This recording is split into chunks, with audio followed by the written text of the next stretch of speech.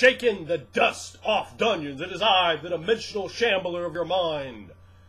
And as is my wont, I am answering a video request from my man Galadin. Now check his channel out. Hit the link on his comment response below. And if he doesn't respond, well, that's a jack to him then, isn't it? He puts out videos about his game, like he'll show people playing his game and so forth. So, and a special teaser to you, one of the other members of the YouTube community is going to be running a Google Plus Hangouts invitation-only game, and of course he's invited the MVP of RPGs to participate, and I have accepted. You're going to have to watch around to see whose channel that is on, and what date that will be coming out. But I assure you, it will be most interesting for your mind to consume the ocean of immersion that shall exude from your main man. Now, that aside, he's asking, how do we knock the dust off dungeons? Now, dungeons have been dusty as hell since the 1970s. We've seen stagnant-ass modules come out that you just want to throw in your fireplace because they're stupider than hell. You have Room A full of 7D7 kobolds. Room B full of 3 owlbears. And there's no thing to stop the owlbears just walking in there and eating the kobolds, their only source of food. Of course, Room C has zombies in it. Because why wouldn't you just have zombies over there? I mean, who doesn't want to live near a gaggle of zombies? If I was a kobold, I wouldn't move out of there, surely. So, the reason I'm saying that is it doesn't make any sense. Right there, right off the bat. Now we add traps, so it makes a whole another kind of no sense. When you look at these traps, what they're trapping is your creativity. The time it would take to build these traps, the amount of gold bullion you would need to possess, the fact of, how are you getting rid of your workers, how are you containing these secrets, how are you preventing that plate trigger from just being sprung off by one of those kobold soldiers who's running down the hall, or the 1,500-pound owlbear leg. It's like, my leg is 1,500 pounds. Oh, well, look, we just sprung that trap, didn't we? It is difficult to buy. If you have not seen my video, check out with Headless Admiral Akbar co-star. I like this a lot. I despise traps in role-playing games. I really try not to use them, except in the rare occasion where they actually make sense. I'm not going to put a trap in there because you have trap finding. And yes, that's why they have them there.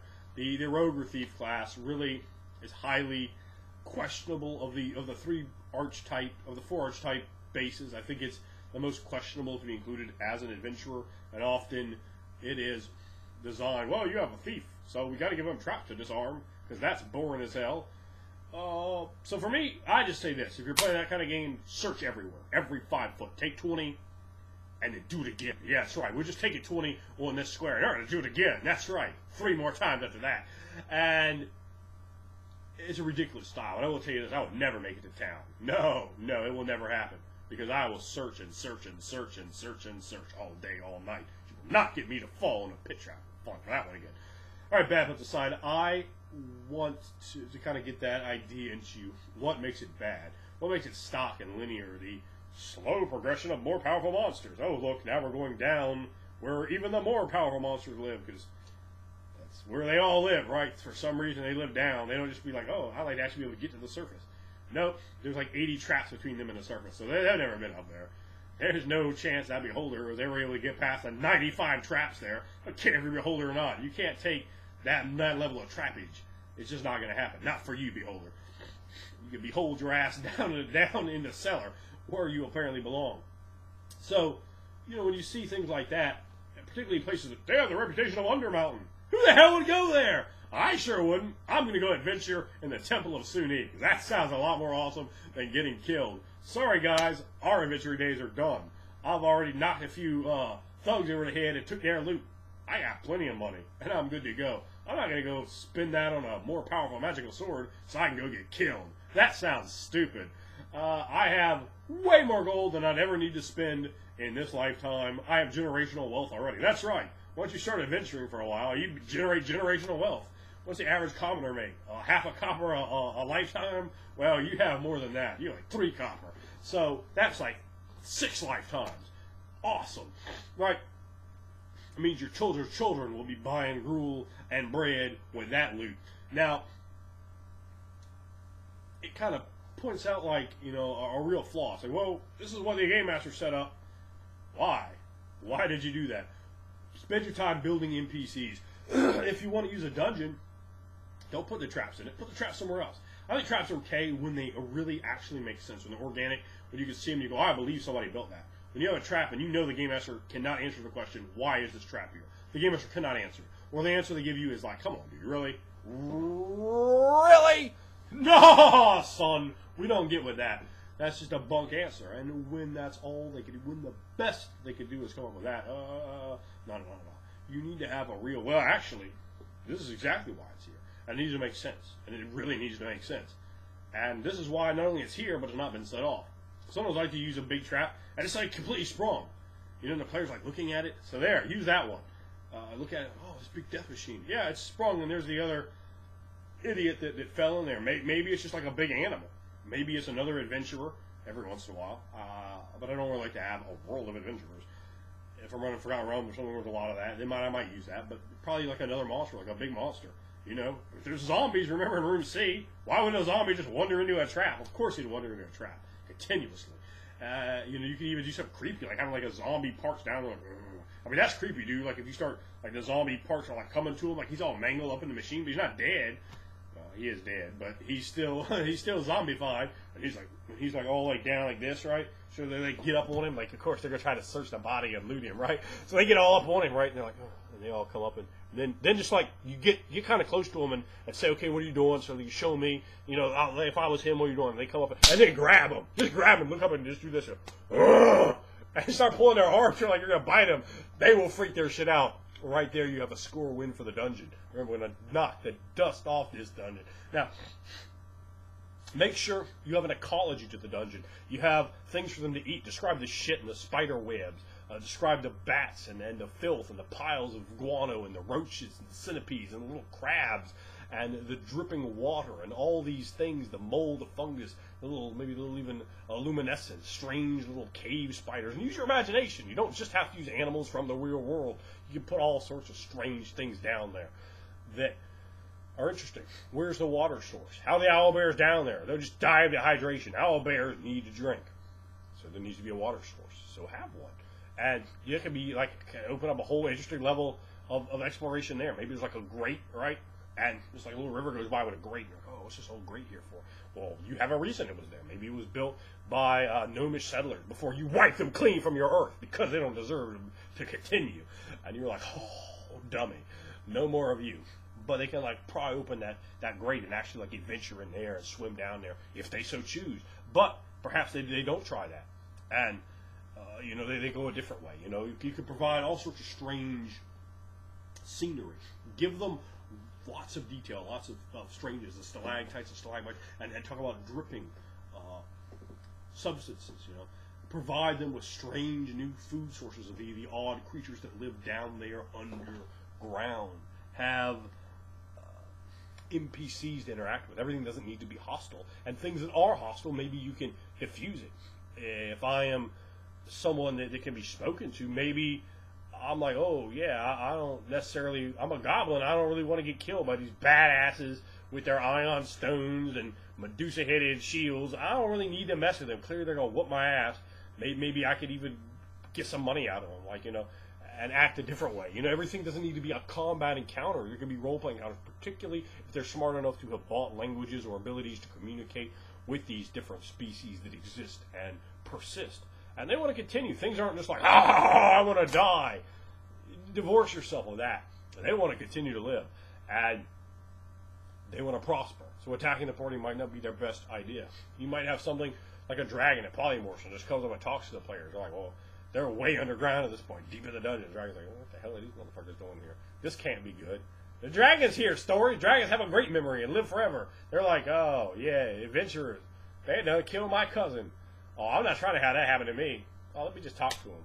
Yeah, oh, no. Oh, me, I'm an adventurer, too. I got lost down here. Let me tag up with y'all. Hell, nothing party members like more than to have somebody, an NPC, join up with him. The dragon, he's not even trying to betray him. He's just like, well, I guess I'll go my own way. Good thing we didn't kill that dragon down here. You know, he doesn't need that. He doesn't need that for his day. You might have that strange cult of ghouls living down there, and they can be communicated with. And they're like, they're smart and intelligent, and you may be able to add some interest there with letting them interact with these strange species. And they're like, oh, that's really cool. We got to talk to the Ghoul King and his minions, and we saw his consorts and concubines, and we saw how they actually go up to the surface and dragging people out of the graveyard. Particularly if your players aren't like, you're evil, we must kill you. If they have that mentality, you're going to have problems with them across the board. But if they're like, oh, this is interesting, I want to explore. If they have an explorer mindsets of characters, you could really just show them the vistas. You know, look at H.P. Lovecraft's The Mound. That's a dungeon crawl, dude. That's a dungeon crawl done awesome. It's just almost like a little tour. You know, he's going down under the ground and seeing all these interesting, all these bizarre races and entities and how they exist and how they continue and how they operate. Things are happening. But it's not just, oh, we're going to kill you. You know, expand these strange vistas, make the place alien, bizarre, beautiful, wondrous, and give it a reason for having been there and being there. Who built it? Does a dungeon like come down and just go into caves?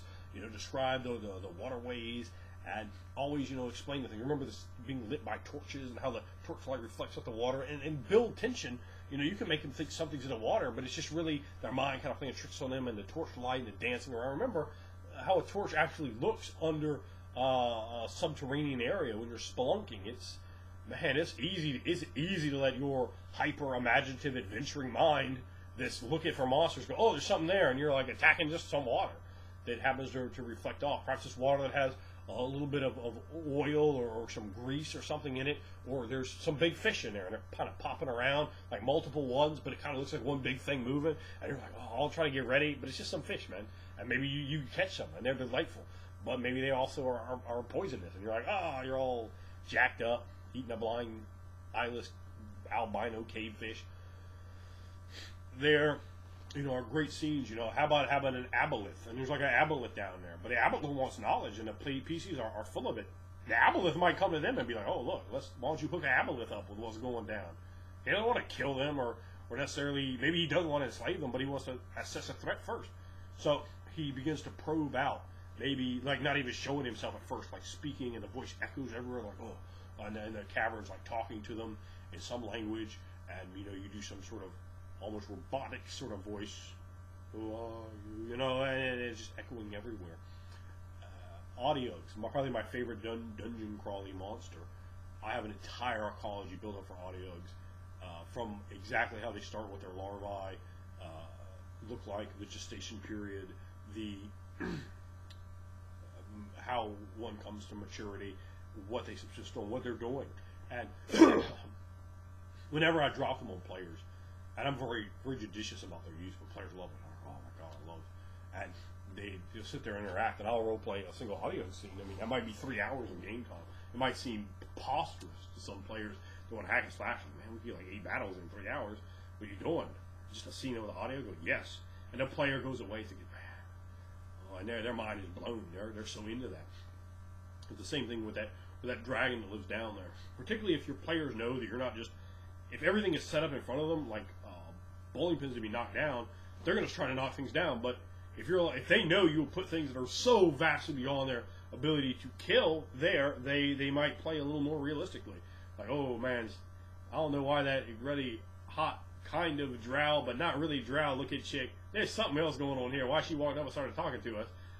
But I got this. I did not want to kill her. I kind of felt, you know, I describe these things, you know, feeling like a mouse with a wolf looking over you, smelling you, feeling helpless. Give them signals and cues and vibes that certain things are not a good idea. That primordial fish brain responding to them and saying, no, stop. This is not a situation where you are in charge.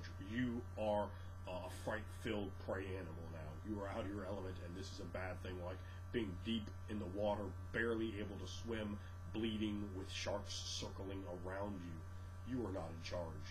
You are not scary. You are food. And when you can push that over on them, those scenes can pop and come scintillatingly to life. They can make strange new allies. They can make relationships, see the culture, explore what the cities of the elder slimes look like, explore what the aboleths have built, and read from ancient stone tablets, learn spells that have been forgotten for eons of time, explore what it's like to, you might even have them enslaved, and they get to experience what it's like to be the slaves of 7 years of the Drow Empire, and learn why they probably shouldn't have gone down there.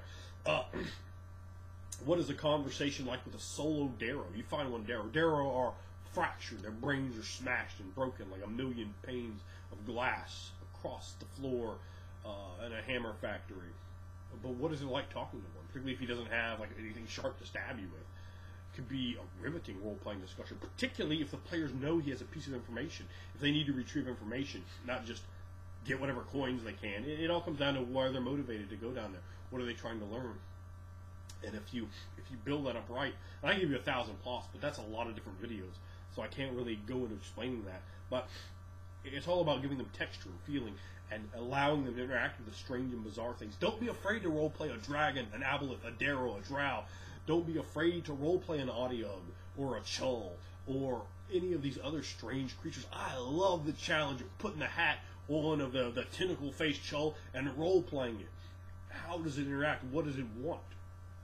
Now, there might be some violence. Some violence might take place. There may be a reason you brought weapons down there, and you may win some of these encounters. And there may even be a reason there's a trap there when it comes off right at their best moment.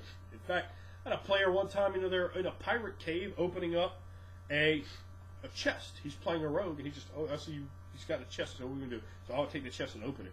I say, okay, and he gets hit with a spring-loaded little poison dart gimmick. Boom! And he's like a first level or second level rogue, something like that. And he just looked at me like, God damn, he was stupid. And of course, out of character later, when the scene was done, he's like, I can't believe I did something that stupid. I said, well, now you have a reason for your character to actually use your check for traps in the future. He's like, yeah. He said, there's no reason I shouldn't have checked a damn pirate treasure chest for some kind of trap. Of course it makes sense. It makes sense there. And I could give you the entire backstory of even what pirate put it there and why. Because those details may become relevant. Particularly when they have spells. There's all kinds of spells. You're like, wow, Legend Lord. I'm like,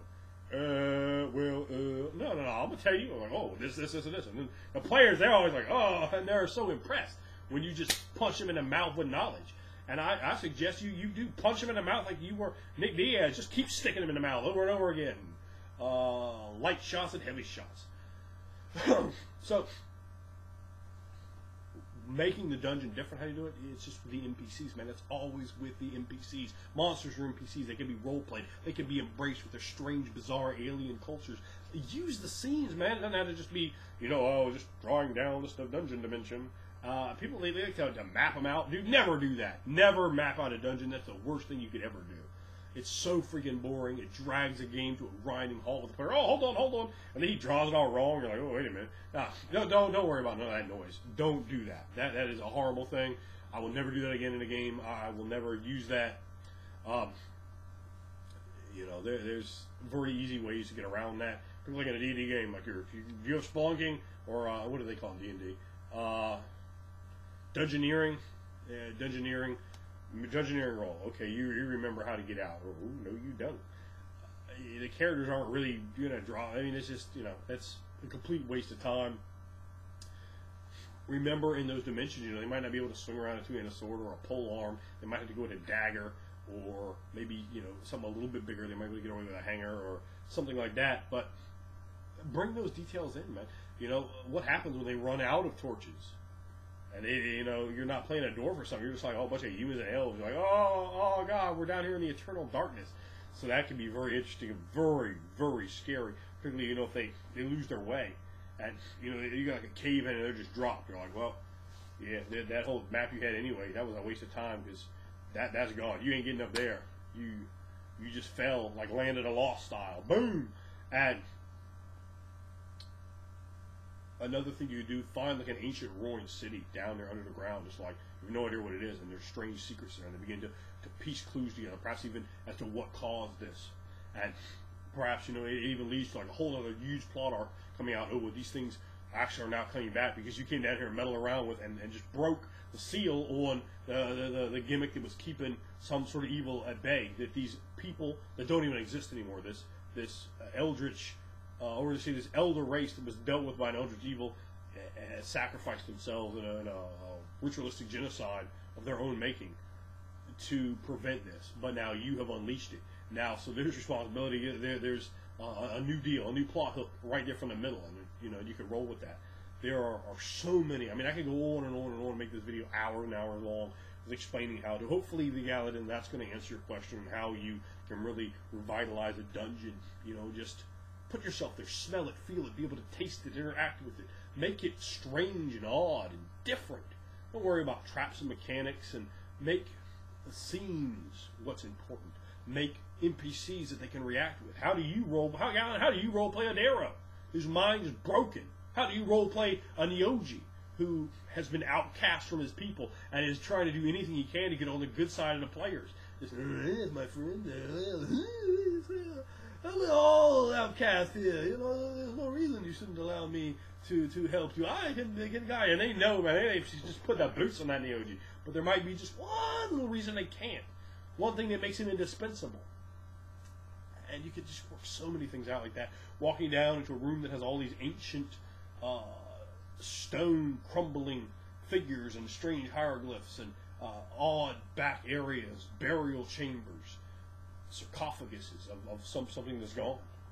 What happens when you wander into the graveyard of some deep dragons? Just a graveyard, but there's interesting things there. But there also might be some undead things as well. There's just so many ideas for what you could do. So I like to maybe once, maybe twice in the campaign do some subterranean stuff. I never like to hack and slash. I always like to texture the mood to make it like, if you ever read H.P. Lovecraft's The Mound, dude, that is like the best.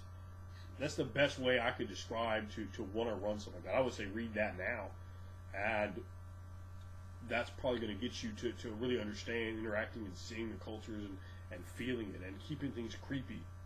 Make them feel like they're unsafe. Like, I don't know if you've ever gone out on the water a little too far out on the beach, maybe in a little area, you're like, ooh, I'm starting to feel like I am not safe anymore. I'm not the dominant thing out here. Something could grab me, have at me. A riptide could get my ass. A shark could get me. A stingray. A lobster might pinch my toes. Who knows? Who knows? There's a lot of things out there, and it's not your world. That's the same thing with being deep underground. It is not your world, and there are things there that it is their world.